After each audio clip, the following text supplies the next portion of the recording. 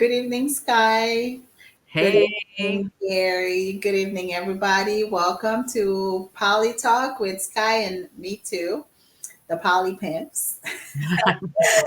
Welcome to this episode. God, I'm trying to remember what episode we are on. I don't even know. Yeah, I think Um, probably eight or something. I'm not even sure. It's been a little while since we've been at this. So, Absolutely. welcome. So tonight we are going to be talking with Gary Booker, our friend here, who is broadcasting from Maryland, and I found Gary. Well, I met Gary actually. Should I tell them, Gary, Sure. how we met? Oh, I want to know now. We met on a dating app, I'm sure. I don't know which one though. And we Yeah. did meet. It didn't go anywhere, but I know we made a connection and definitely a friendship. I always remember Gary talking about flying in a what do you call it? Hang gliders. Hang gliders. Okay. So yes. Um Regardless, he started this group called Love, Lust, and Liberation on Facebook, which I think is the best poly group in the world. Okay, because it speaks to me 100%. Number one, specifically the groups, and I'm not on Facebook anymore as much as I used to be, but when I do pop in, I check that group. The guidelines of the group are impeccable. Like I'm just like, did you write those, Gary? I did. Yeah, Um, they're you are. so solid. They are my mantra for my life. That's how serious it is. Seriously. Oh wow.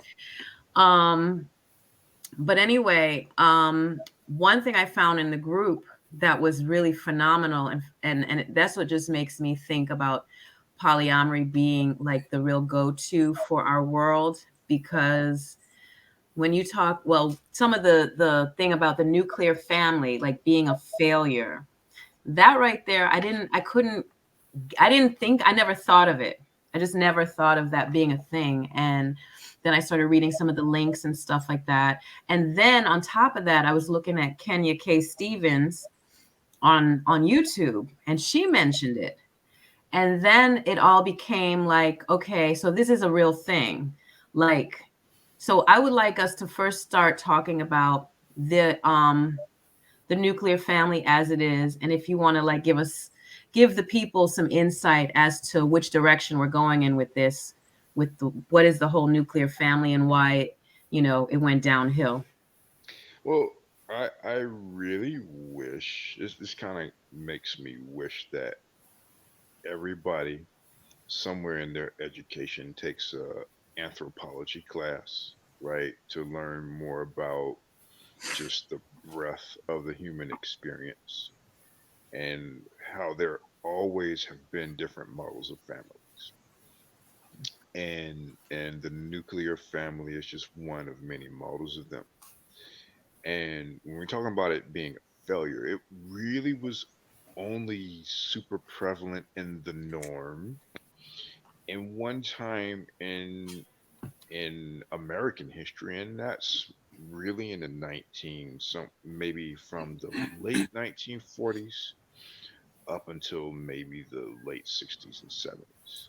And this was when American manufacturing was strong enough to for one person to be able to afford to sustain a wife, children, and a house. Not to mention, this is when the Cold War was in full brewing, and the United States and the Soviet Union were competing in just about everything, right? For the hearts and minds of everyone. There was a concerted effort to really carve out what it means to be American. And some of the things were historically based, but some of the things were really arbitrary. We were saying, we're a Protestant nation, and we are a family of one man and one Christian man and one Christian woman, children, one house, picket fence. This is what it means to be American, right? And that family model really reared its head there. You go back before that, in 1930s, 1920s, when you still had a lot of America still agrarian, and the modern suburb didn't exist as we know it. Um, you had all types of families. You saw a little of everything. As you're starting to see now, when the conditions that created the American nuclear family as we know it, being the Cold War, manufacturing jobs, being able to sustain one family, etc., those have dissipated, and rising inflation costs, etc.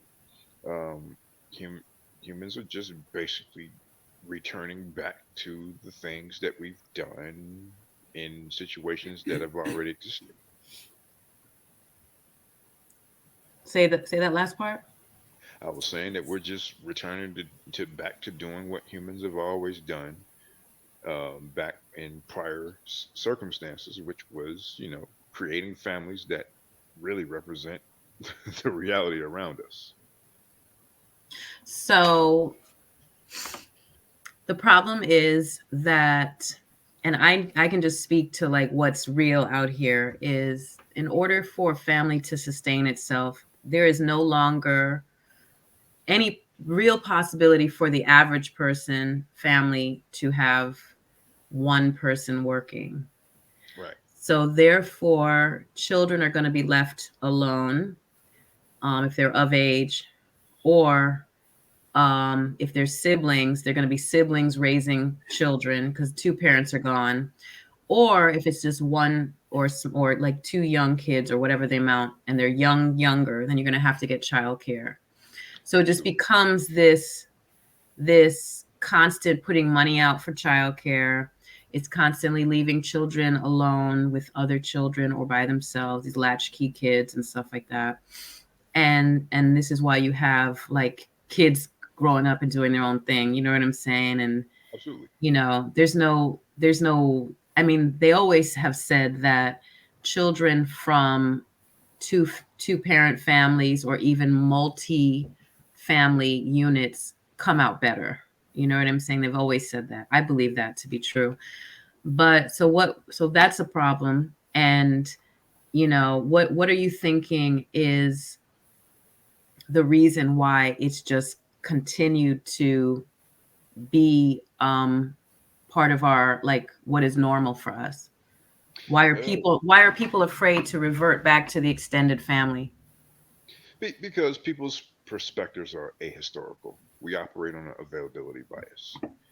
And the fact of the matter is, the elders in our lives today, or when they talk about the good old days or what happened back in their day, when they're reverting to his experience, for them, right? If you're dealing with somebody that's 70, 80 years old, you're dealing with people that were born in the 40s and 30s, right?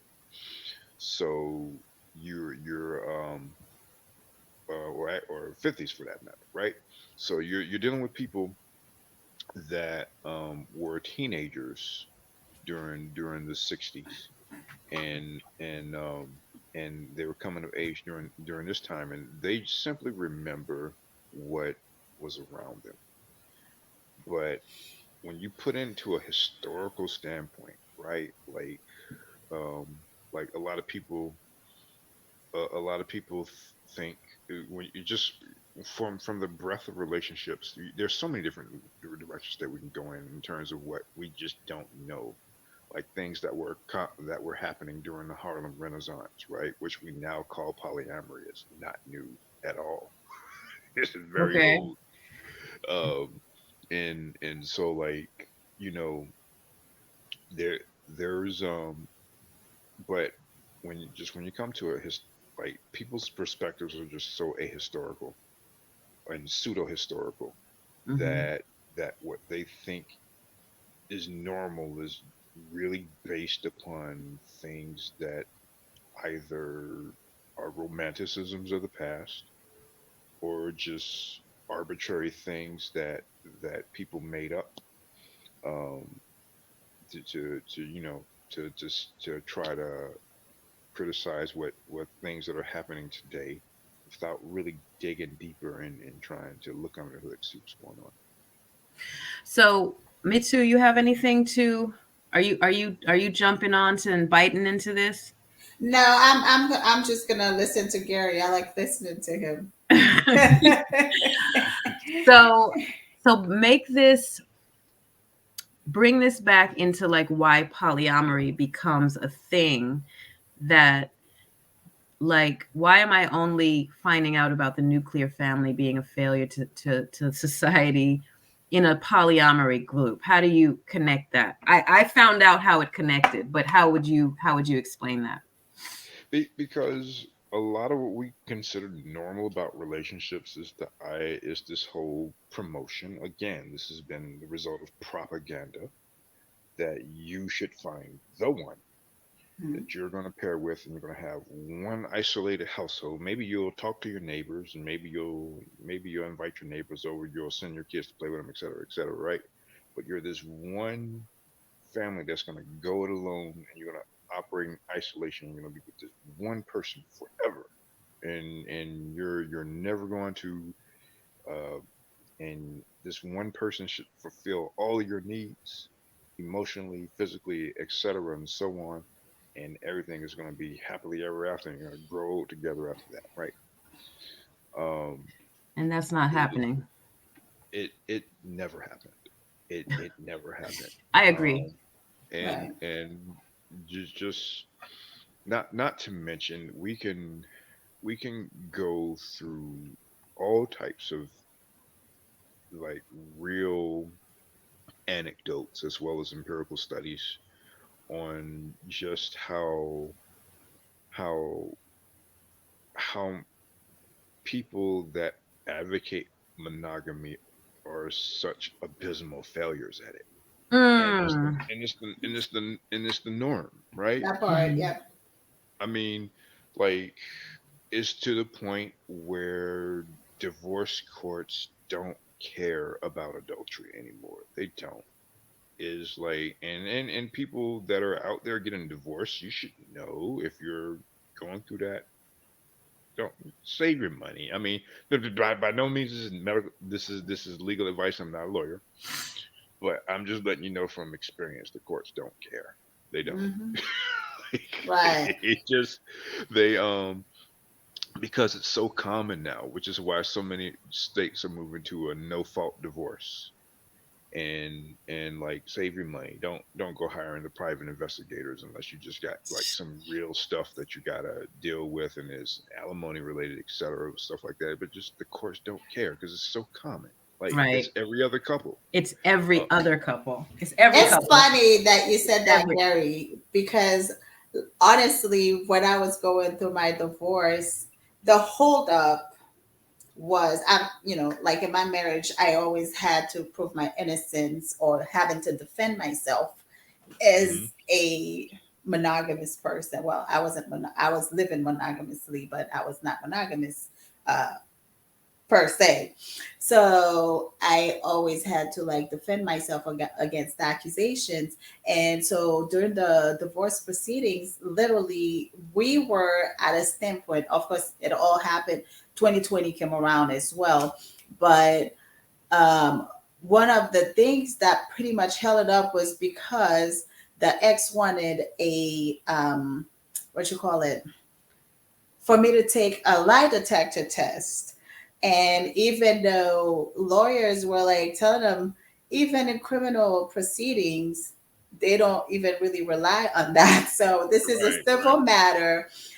Whether something happened or not, this is not going to stand anything in court. So you might as well just save your money and do whatever you need to do to, you know, break the marriage with the least amount of money spent. But That's what. he was definitely hell bent on, you got to take a lie detector test. I mean, in the end, it didn't happen. Like, Right. because I'm like, first of all, if I did something, like, why would I give you proof? Like, the burden is on you to prove that I did something, because you're the one accusing me of things. I know I didn't do anything. So anyway, it's very interesting that you said that, because that's one thing that he also mentioned as we were in court, and the they didn't even like acknowledge the mention in the court. It's like, Right. why are we going through this? So Right. Because it's so commonplace, and that's just one anecdote that we could go through. We could talk about the rise of DNA testing for ancestry, that came up on Ancestry.com, 23andMe, and how so many people ended up with unpleasant surprises and discoveries. Yes, I heard about that. yes, Where, I actually families met live with I met a families. lady. I met a lady who found out that her parents weren't her parents, or her father wasn't her father, through right, the genealogy test, and right, that she had to push her mom and find out that there was a possibility that it was this other guy from across town. And these are people in their 40s who've lived their whole life thinking one thing, so that's we, we, pretty we interesting. gotta get we gotta get to the point where we can love our grandparents and great grandparents while acknowledging that there's some things that they probably lied to us about. Big Oh time. yeah, a A lot. lot of a lot of things that they lied to us about, because we some of us are out here dating and boning our cousins that we never known about, because we had grandparents that had three or four families that from across town that we never knew about, right? and Yeah, and it's just like, um and because the this whole idea of one person.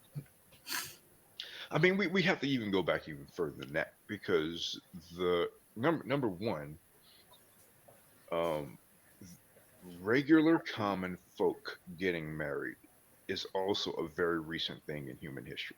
Mm, So it this in addition to monogamy, regular people getting married is something. The story behind that is long and winding, as many things in human history are. Um, but once upon a time, it was the privilege of noblemen and royalty and people like that, and they often had like multiple spouses, right? hmm And you What know, culture? take your pick. I And mean, from African perspectives or European perspectives or take your pick. both, and You'll either or find, all. right. I mean, you can go to Europe and you'll find that monogamy is actually quite recent. You can go to Africa, you can find that monogamy is actually quite recent. yeah, You could go to Asia, take your pick. I mean, literally roll the dice and see, grab a monopoly piece and land on the country and dive into the history. hmm well, So, just go ahead. no, I was just gonna say, just recently I was at a tattoo parlor and we had that same conversation over there. The guys, the tattoo artists, they were just talking. I mean, they talk a lot of stuff, but that day, we were talking about family, being with family. Would you like divorce your wife if you found out she was your cousin and yada yada? Yeah. So one of them, he said he actually almost dated one of his sisters, half sisters. He didn't know, but it was just a cute girl at school. So, he decided he was gonna try and go after him. And then I guess probably by the time of family, one of the elders realized what was happening. And then they told him or something like that. Anyway, they ended up luckily not dating, but you were going to have this brother and sister dating, having sex, and maybe potentially getting married and having children because people were so dishonest back then. Even if they knew, they just hid everything from us, from you. I don't know. Like personally, I am not in the business of telling lies, especially like that's a big lie. You just don't do that because then when children are born with deformities because of um, incest and all that stuff too, people are questioning what is happening. But those same elders, they probably will still stay closed mouths because they don't want to look bad in society's eyes, in family's eyes. They just will still keep quiet instead of telling the truth. So I think a lot of heartache could have been avoided if if people told the truth about stuff like that. Absolutely. Absolutely. So now we know that there's a problem with the nuclear family. What would be a good solution? What is your opinion? Because I'll tell you what I think of after you talk. Basically, from what Kenya K. Stevens said, her thought was very interesting about what she was saying about it. But anyway, I'd like to hear what your solution I is. don't really have any simple answers, to be honest. Okay. Um, there's like my simplest answer is people should do what works for them, right? I do have a couple of things that I really think should happen. Number one, this whole idea of stigmatizing women for having more than one, for having multiple children with different fathers needs to go away. Um, and like that will just kind of acknowledge a lot of the realities Mhm. that are just real in our society. Um, the idea of you know just we can start with uprooting our ideas of misogyny from the way we date, the way we couple. And I feel like whatever solution that needs to happen as a result of how our new families are going to form here we Mhm. are 23 years into this 21st century will happen organically and and will it's just gonna have to go, we have to start there. Let's start with unlearning misogyny and let's see how the family evolves from So back to the stigmatization of women having multiple children. What is the problem with that? I mean, I get it, but what were you saying is the problem is with that? I mean, because whether we like it or not, these are families, right? Mhm. So,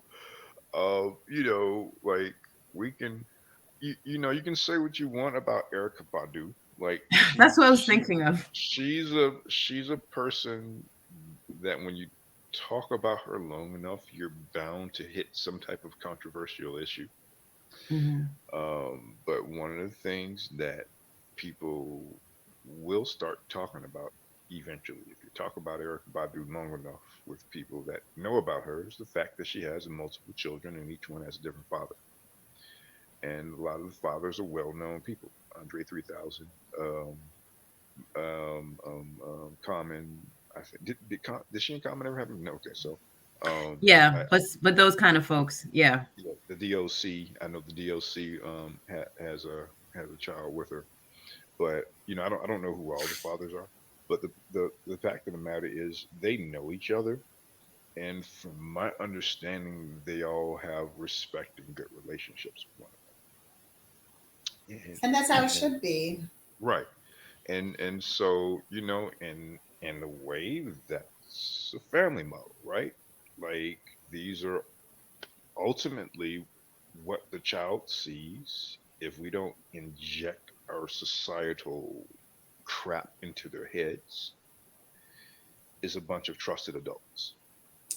Yeah, and I mean, when you look at it with the divorce rate, right? So a lot of children are bound to have at least four parents at this point.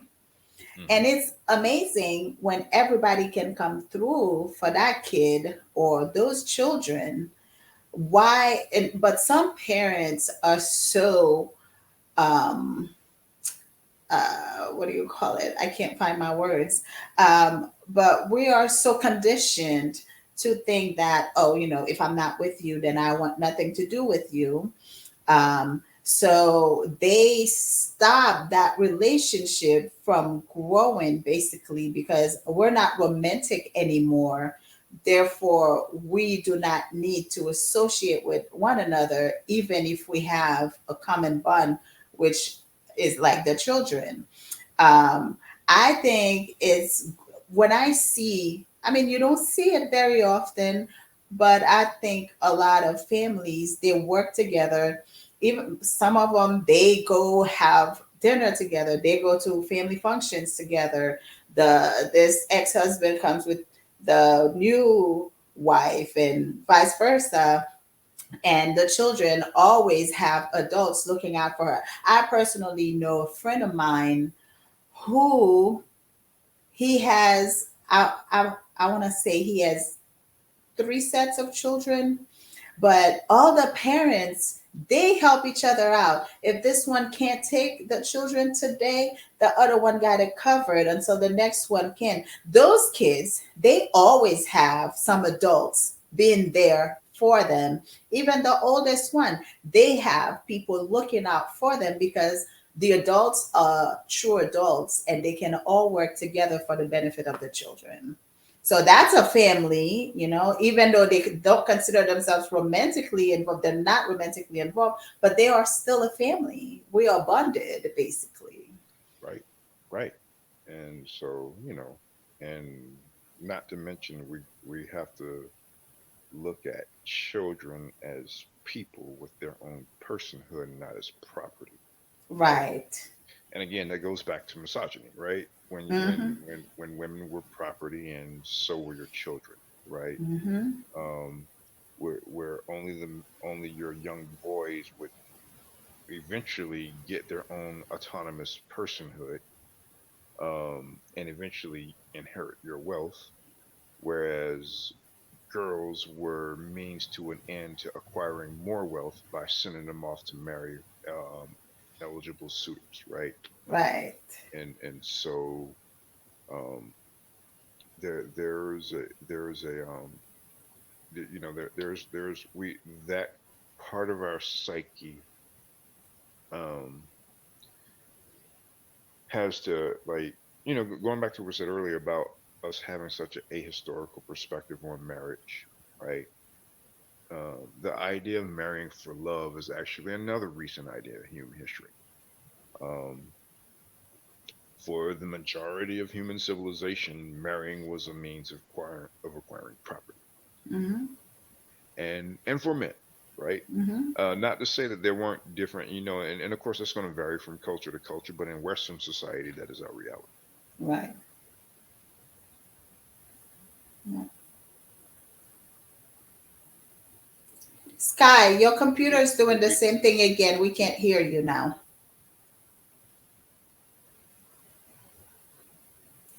So I think she's been having some issues with her computer. It gets to like half of the podcast mm, and it freezes and we can't hear her and all that. So I think she's gonna restart it and come back.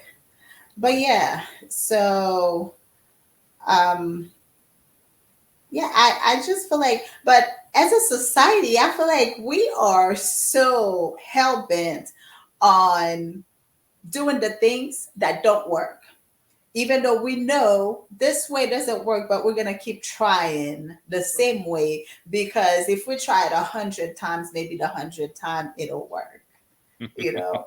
And I really don't understand this because I mean, when you look at love, it's the same thing. We keep loving the same way, we keep entering relationships the same way, like serial dating Right. daters, right? Or serial monogamous people, right? They date Right. after date after date, but they want to date one person at a time, and then it doesn't work, and then they enter the next situationship the same way. And Right. it's like, so I mean, they tell us if you're doing the same thing, you're always going to get the same result. Same So result. The why same. not try something different and look at it in a different way? But a lot of times too, we are not taught to analyze our situations and try to fix whatever is not working, whatever may cause the failure of whatever that we are trying to do.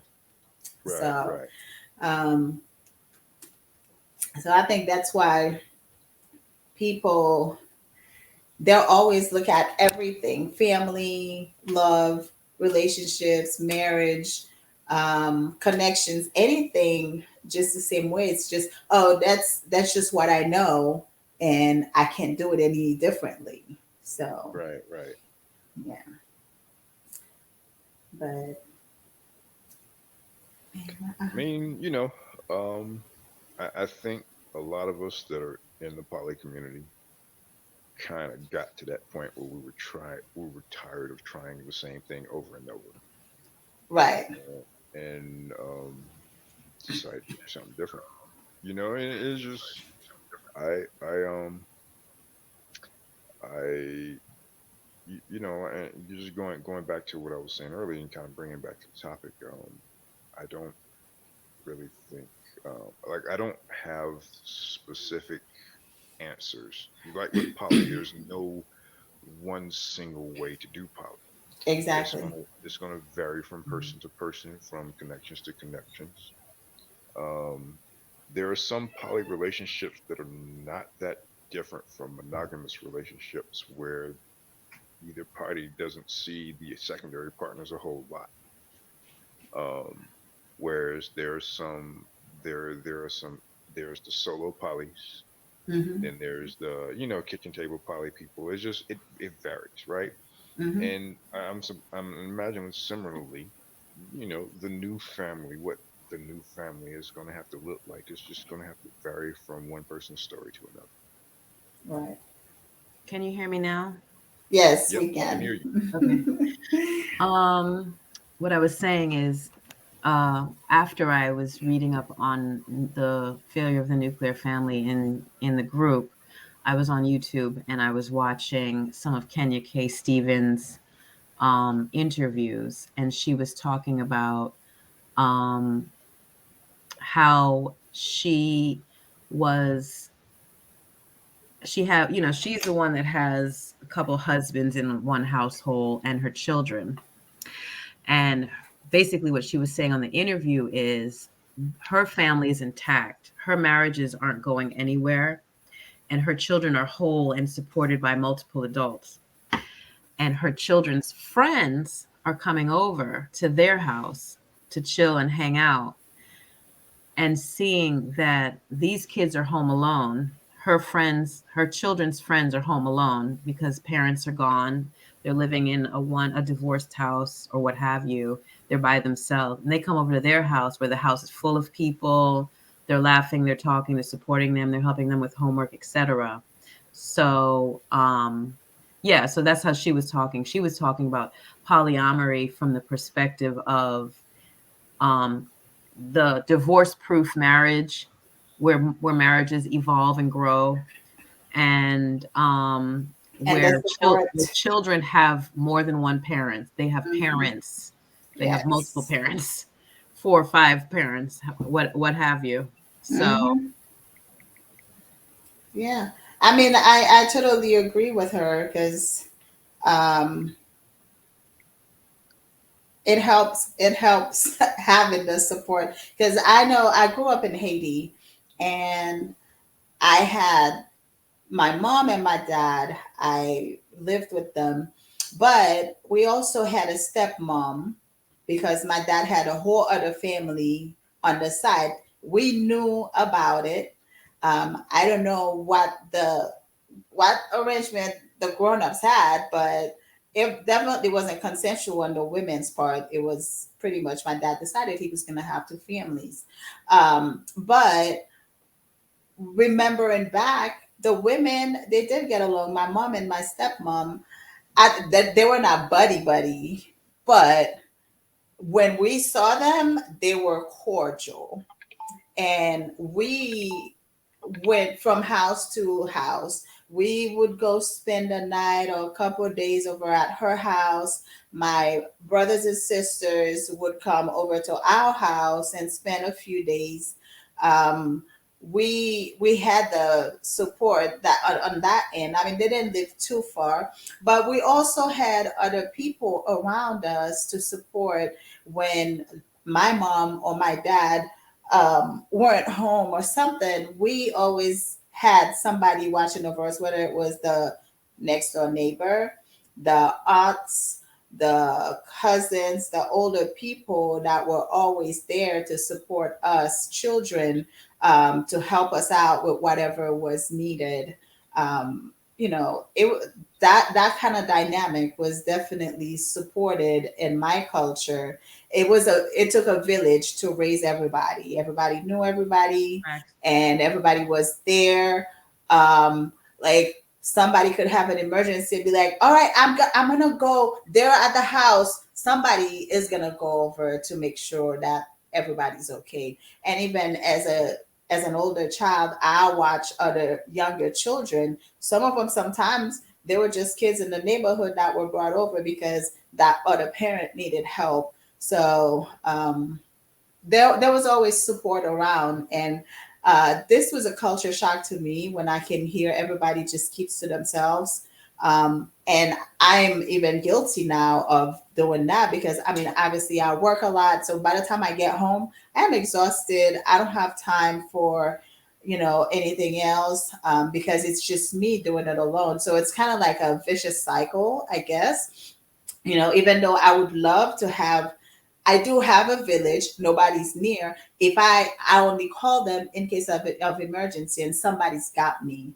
But also, it's not the type of connection where I can just come home and be like, oh, so and so, can you take over for me? Because I am exhausted today. Whether I'm tired or not, I still have to do homework. I still have to do certain things with my children. I don't have somebody else to cover for me.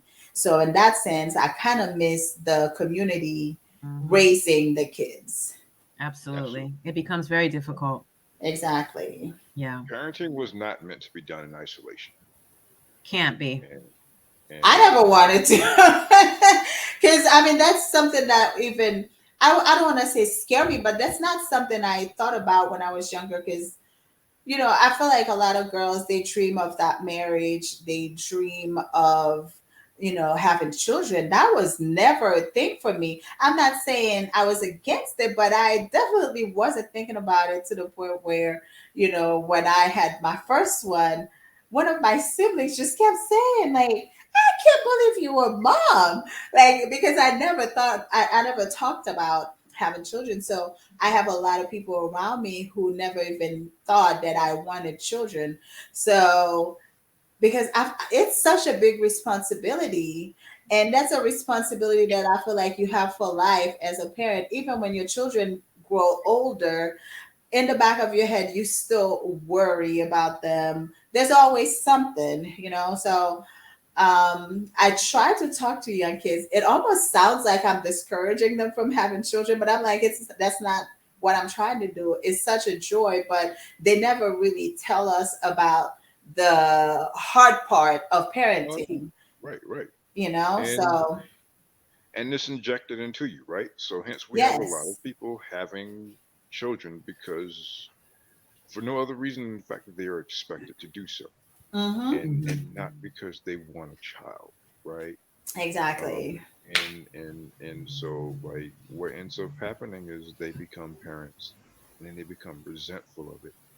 And the resentment obviously comes out in very obvious ways to outside observers, right? Mm-hmm. And and some people will criticize such people. Why did you have children if you didn't want them? And the answer is because we made them. Right. Mm-hmm. It's such I, pressure. What is the first question people get asked after they get married? So, when are you guys having kids? yeah, Right. there's a lot of pressure for that. I know for me, a couple things you mentioned that I relate to my own self. Number one, I had children from multiple men, and I've never felt like the stigmatized woman because my children were made in love. Like there weren't some ratchet ghetto foolishness going on here where I didn't even have a relationship with these men. I actually had full viable living with creating children type of relationships. However, people still said things. I mean, I remember I had an uncle, I just immediately stopped talking to him immediately, like as soon as I was pregnant with my fifth child. And he was like, "You're having another one? How many children are you having?" Like he was so anti. I was like, okay, you're done, because I don't know where that's What's coming from. You had 2 kids and that was good for you, and that's where it was. I wanted more children, to be honest. Um, but it didn't happen that way, what have you. But I definitely know that my first experience with the first father was really hard for me, because he was misogynistic, and he came from a place where, when once the relationship ended, he did not support me at all. And he basically came from a place where, you're the woman, this is your job, Pretty right? much. And that killed me so hardcore, because I kind of felt like, well, I didn't really want to do this, to be honest. I mean, this kind of put a whole wrench in my parade of my trajectory of what I was planning in my life. So now I'm doing it and you're gone, and I'm doing this by myself. I got a lot of resentment for that. So moving forward on to the next man, it was definitely made clear from early that I will not do this by myself. Like, you have to understand how I cannot do this parenting thing alone. This will not be a me by myself type of thing. And even when I had my fifth child, same thing with him. I was like, there's not going to be, you're not going anywhere. You're not, we have to come up with a plan, a strategy. And one thing that I really appreciated about the extension of the family, like, even though the last 2 men partners, they didn't, I won't say get along, they probably hated each other in actuality, but the children loved one another. And I remember they were all in Baltimore. I moved to Atlanta by myself. It was like the first time in my whole life I had no kids with me for 3 years. Mhm. Everyone was up in Baltimore and New York. And I was just here, like, bopping around Atlanta. First time in like 20 something years I hadn't had any kids with me. Loving it. Anyway, the 2 men got the kids together on their own, which was really good, so that they can be with each other, which I was really happy about, because it was like, okay, let's put all our bullshit aside and let these children be with each other, because they love each other and stuff like that. So I just thought that was, and that's basically extension of family. They kind of had to look beyond their own personal issues and get it together. So yeah, that would have been the perfect poly situation. Right. Right, right, That would right. have been great. Not. Anyway, yeah. So what do you think? So you said, okay, I was getting back on solutions. So you said one of the solutions was to destigmatize mothers, Women, multiple yes. women with multiple children, multiple partners. Fathers, yeah. Right, right. And then what was after that? Because I I was just, I just, probably I jumped was, off. I was basically saying, and that just kind of took me down a rabbit hole of misogynistic ideas that we have in general that really shape how our relationships form, right? Mm, Um, and there's just a lot that we have to unpack and deprogram, right? Like, yeah, I mean, you bringing one up where a woman is expected to do all the child rearing and a man is just expected to do provide, anything. right? Be the provider, like all that's gone, right? And it's like, and frankly, it should have been gone a long time ago, right? It should have never been. There is a going back to the historical perspective.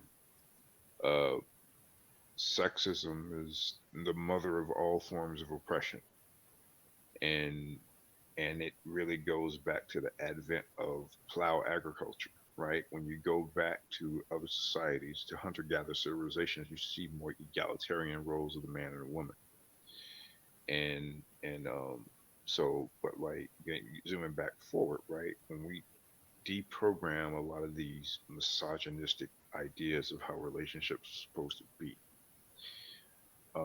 and just sit back down where all gender presentations are valued equally, right? And and like, and I had to switch up what I was saying, because I was like, you know what, let me kind of draw this in for those that are trans and non-binary looking onto this and adding their own experience. Um, where we just gotta have like every where we don't assume roles on what people should do because of what their gender is, but rather who they are and how we're going to vibe with this this person and eventually these people as more than one people become connected, and how things naturally need to be just happen will happen, right? Like with the fathers of your children, right? Necessity kind of needed them to get along. Mhm. um Mhm. and a lot of one of my favorite books is by Wednesday Martin. uh it's entitled Untrue, where it really just kind of talks about the sexuality of women, how everything that we understand about it is wrong, right? And like how Say the we book just again. Untrue is written by Wednesday Martin. I'd highly recommend, it's a book that I highly recommend for people to look at, Downloading it as we speak. Wow. Wow. So, um, and so like, it just really, um, when we're able to get to that point where a lot of the things are just dispelled, right? Like when I started the group, one of the reasons why I started the group is because a lot of a lot of the black poly groups that I were joining had characters from, I'm not going to call out these groups by name. Um, Call them out. Call them out. I like that. Doug. Yeah, some of them actually but like, I don't know, but maybe if it's but portal. rather the ideologies that they cling to, that non-monogamy is strictly for men, That's Right. right. That's and right. that women aren't allowed to have multiple male partners, Yeah. um, where men, where there are men that encourage bisexuality of women, not because the women want that, but because for them it's a sexual accessory. Yes. Mhm. um Mhm. and so I wanted a group that killed all that, right? Absolutely. And that did away with the one penis policies because they're inherently sexist. Mm-hmm. Not to mention, they're inherently transphobic as well, and Mm-hmm. they're in, like, and that whole concept of, selfishly embracing bisexuality of women from a perspective of straight male sexuality.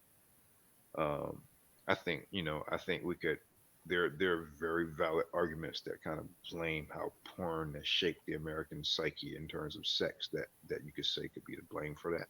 Mhm. um and but there's we when we dispel all of these sexist notions, um then we start assembling and congregating the which is best suited for us, Mhm. and the children that we bear become a part of that already organically established fabric.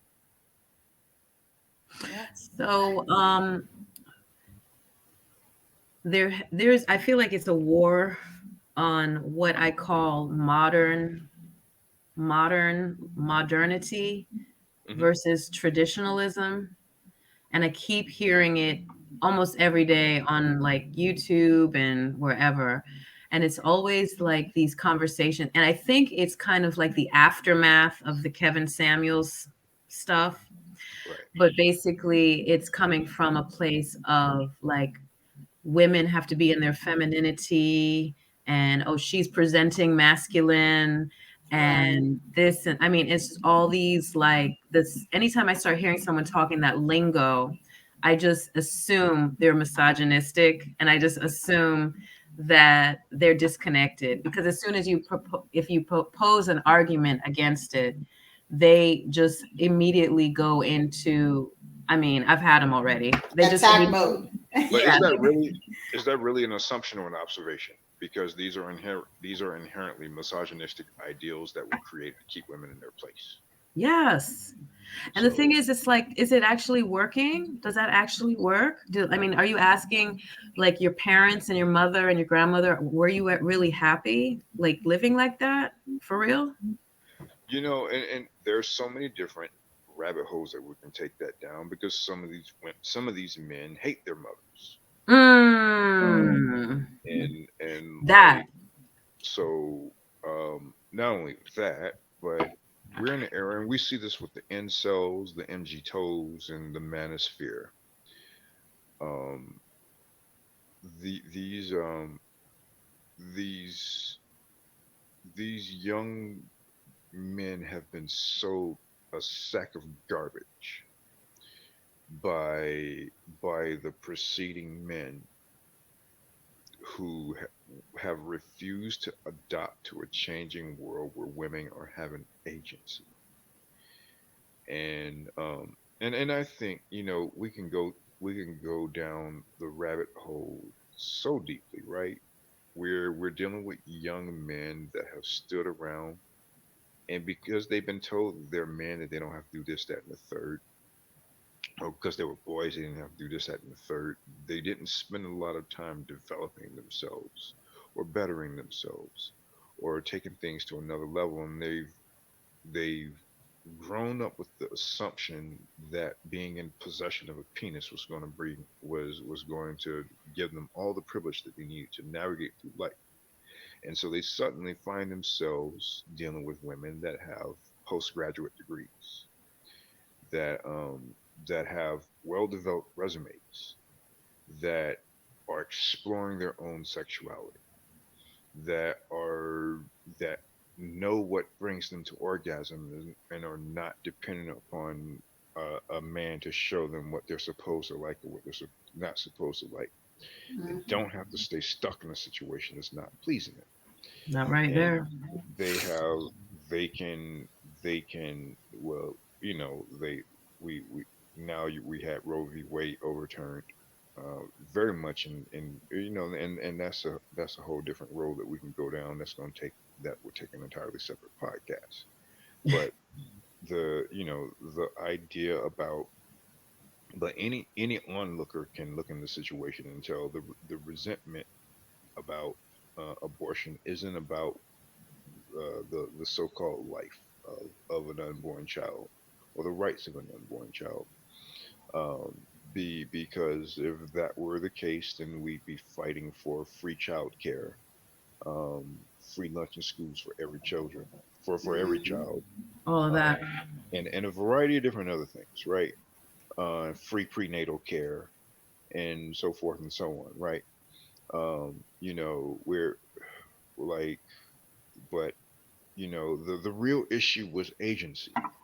The idea that a woman could say, you know what, you're not going to force me to have this child. Right. I want out, and then opt out. Hmm. And so these men are like backlashing in response to that, right? And what I find myself saying to them sometimes is, whether you like it or not, the world is changing. Yeah. You can evolve, or you can go the way of the dinosaur. Yeah. Out. I totally agree. I totally agree. Yeah. Wow, this is So interesting. So you have a you're an educator, aren't you teaching up in Maryland? I am teaching, yes. What do you teach? I teach computer science. Okay. So I'm a technology teacher. Um, yeah. maybe you So need to teach some history and all of that anthropology, like you say. We need that class. Okay, so maybe I actually majored in anthropometry. Yeah, yeah. you come across as a reader. You like to I research. try. So I yeah, like I read. You know, it's and you know, I've always been an avid reader, but I also talk to people and listen to people. gotcha. And I think, you know, we'd come further as a society if we did more of that. And how's your poly lifestyle? So, I have a partner. We've been dating for about 2.5 years. It's really just she and I right now. Um, and uh, not really in a rush to bring in anybody. Things are great between us. Um, it's just going back to having things happen organically, right? Um, you is like you don't have to go out and rush to find other partners for the sake of finding other partners. What Um, about your children? You have children in Maryland as well? I do. Yeah. So I have a daughter, and so it's like I really don't talk to her about it a whole lot. Um, just what I do kind of talk to her about is you know just communicating basic things to her about having her own agency, having the right to love who she chooses, and that there are different types of love, right? Like we go over the various different words for love that they have in Greek: agape, storge, pragma, um, Eros. eros, right? And we've talked about those different things, and that's that. But it's just life is good. I guess you could call my state of romantic affairs functional monogamy, right? Um, because like I said, I don't have any other partners at the moment. Okay. And I'm cool with that. But it's just like um, you just, but we're I think the beauty of where I am now is um, even if we were to stay monogamous from now until you know until whenever, um, like exploring polyamory really helped to deconstruct a lot of the crap that was injected into everybody's head from Mm-hmm. every source imaginable. Mm-hmm. It really does. It really is a paradigm switch on how you think. I really think everyone should investigate it. Everybody, everyone. Mhm. Yeah. And like you said, you don't have to have a polyamorous relationship. You don't have to have multiple loves Multiple loves, to yeah. see the world from a perspective of freedom and and and abundance. You know what I'm Absolutely. saying? So yeah, I get that. Well, this has been fascinating. Me too. You have any? Well, we want to read the comments and questions because we have not addressed any. I think that there might have been a couple of questions. I don't have my glasses, but I see. Oh, just people saying hello. Thank you, everybody, for tuning in. Um, oh, I think that comment popped up. Let me show it. That comment popped up when we were talking about ancestry. That person said, "That's why I don't go dig for stuff that could hurt me. That could hurt me." But Absolutely. even if you, whether you know it or not, the fact of the matter remains that if that person is your family, it's your family. So it Right. doesn't change the fact. So, I actually can dispute that. I don't where did Gary go? Um I don't think your family is your family. I think your relatives are your relatives. no, no. As far as like the Genetic relation. the genetic Right. relationship, No, that's what I mean. I call those relatives. I don't call that family. Well, yeah, Family is the people who you actually love. You know what I'm true, saying? true. They don't even Yeah, have to be related. So, exactly. Thank you but that's just my correcting take that. on it. No, no, I agree with that. But I guess for the general term that people are used to, that's why I used it. But I totally agree with you because I have so many people in my life. Some of my clients are my family. A lot of my friends are my family. They're the ones that go to war for me. They're the ones that are there for me. If I call them for whatever it is, they're gonna drop whatever they're doing to come to my aid.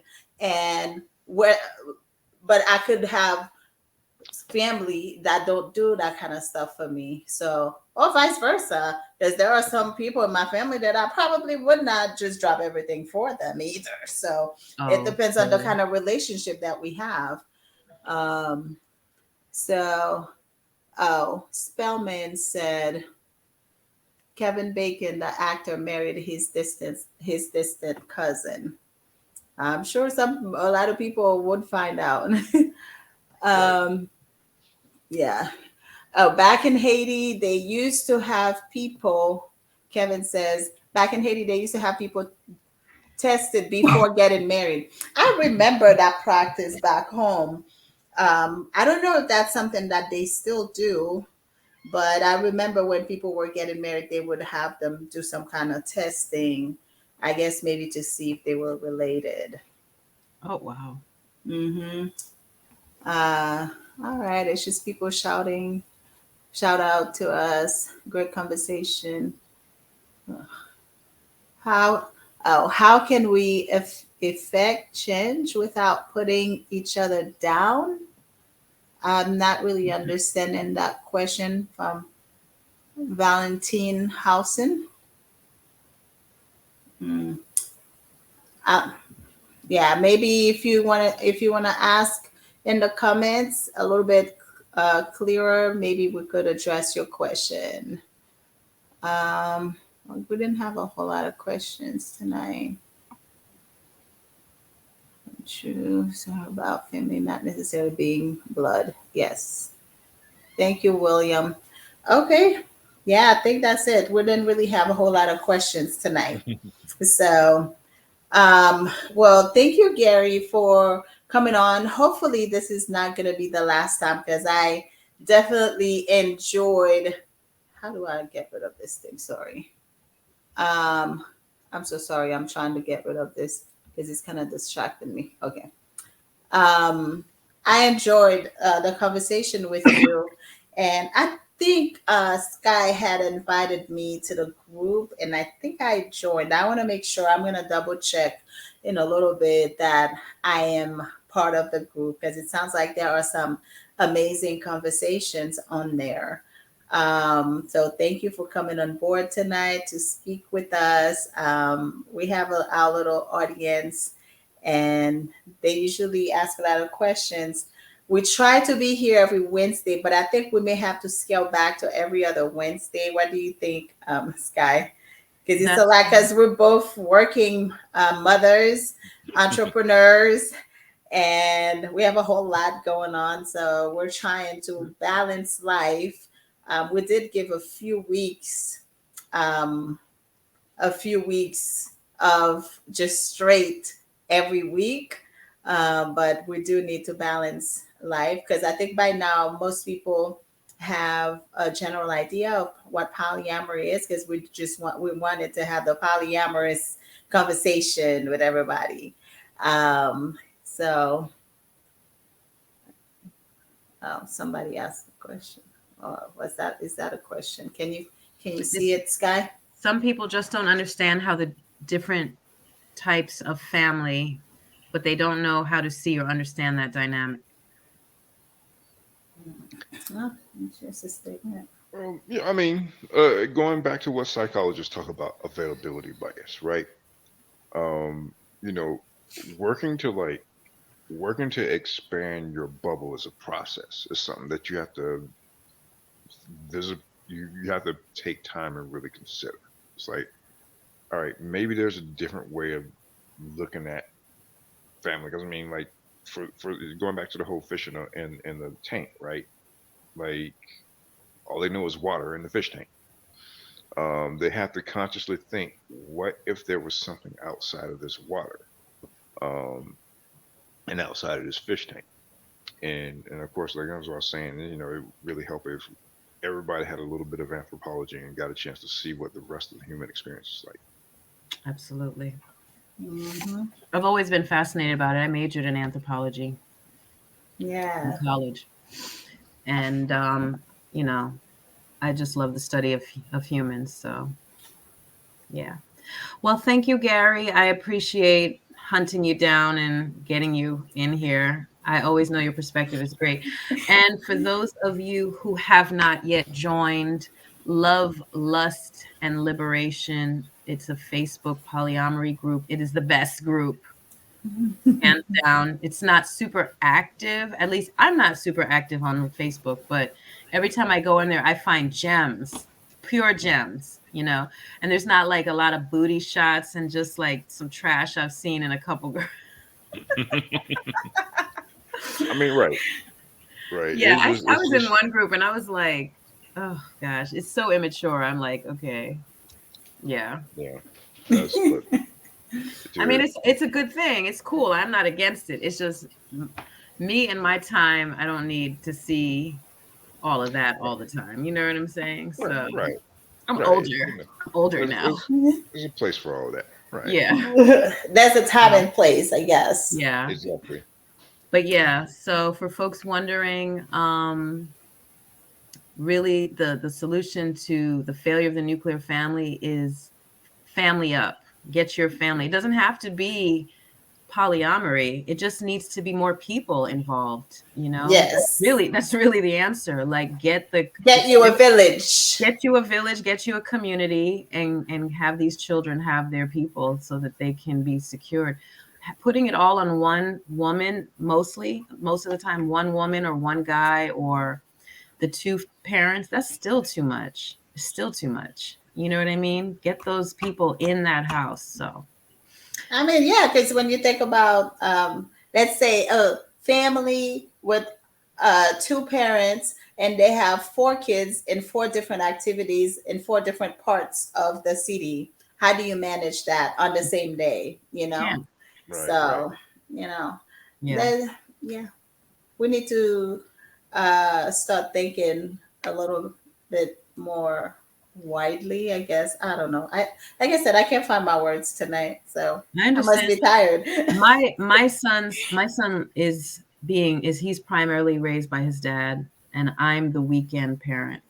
And they live in Mhm. Douglasville, which is like 35 minutes away, more or less, more with traffic. And in my mind today, I was dropping him home, and I was just like, he needs to come closer. This needs to be because my proximity to his activities is like a journey. You know what I mean? Mhm. And I Yeah. want him to come closer to me because I like where I live. I don't think you're going anywhere. Yeah.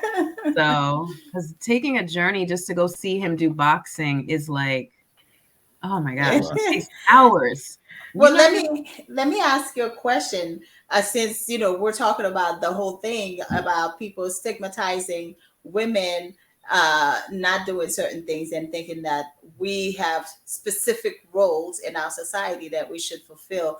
So, you being the weekend parent, how do have people like try to approach you with lots of judgment, saying like, "How can you not have your kid and let the Oh, dad raise them most of the time?"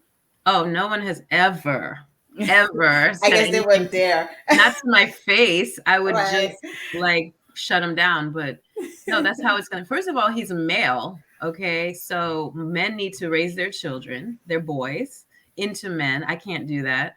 That's the first thought I would have. But second of all, no, we have a very great working situation. And we're friends, we communicate, we chat.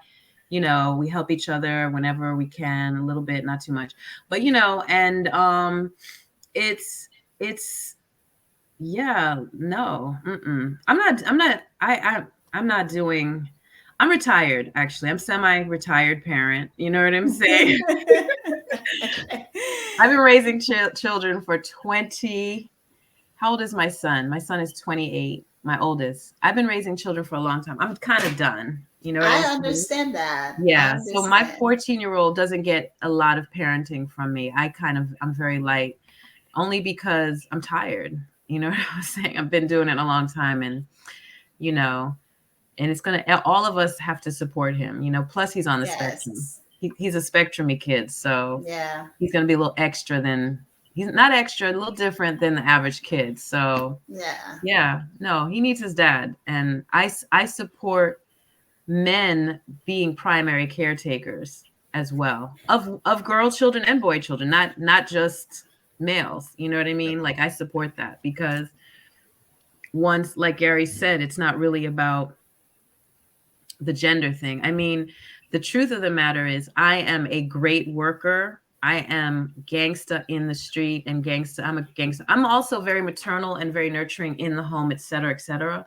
But I'm better at making money and the masculine role. I'm better at that. And that's just where it is. I don't want to be better at it, but that's just the reality. So I mean, definitely. And like you say, he's a boy, and I think there's so much more that dad can teach him. Now, I have two boys, and when they ask me certain questions pertaining to their bodies, I answer based on what I hear my men friends say, and I answer based on what I read and things like that. But I don't have the experience of living in a man body, so there are certain things I'm only gonna be able to tell them from just a book point of view, really, but not from experience. mhm. So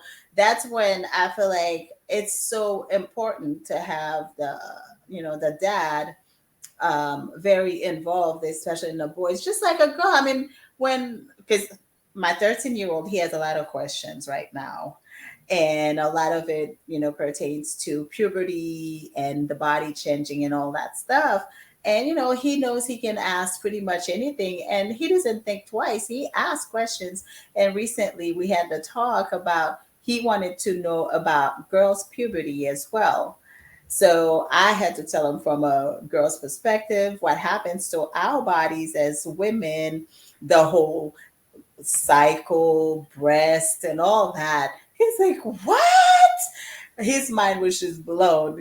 But I had to explain certain things, because I'm a girl. I can go into details about those things because I've experienced them and I know them. I know how I feel. I know what happens to my body. But for him as a boy, I'm just like guessing and also repeating what other men have told me, but I've never lived in a man's body. So I don't feel like I can fully give him the whole men experience. Right. You can't. Yeah. I mean, but you do your best. I definitely support women giving their children a break. In other words, I feel like more women should let the fathers do some of the raising, like a lot of the raising, and really hold the men accountable to being a parent. I Mm-hmm. just feel like, that whole thing with the stigma of women having multiple kids from multiple men. As soon as these men start raising the children physically and doing the day to day and doing the school and the drop off and the pickup and the homework, when they start doing that part of it, then they will slow down on having children. Mm-hmm.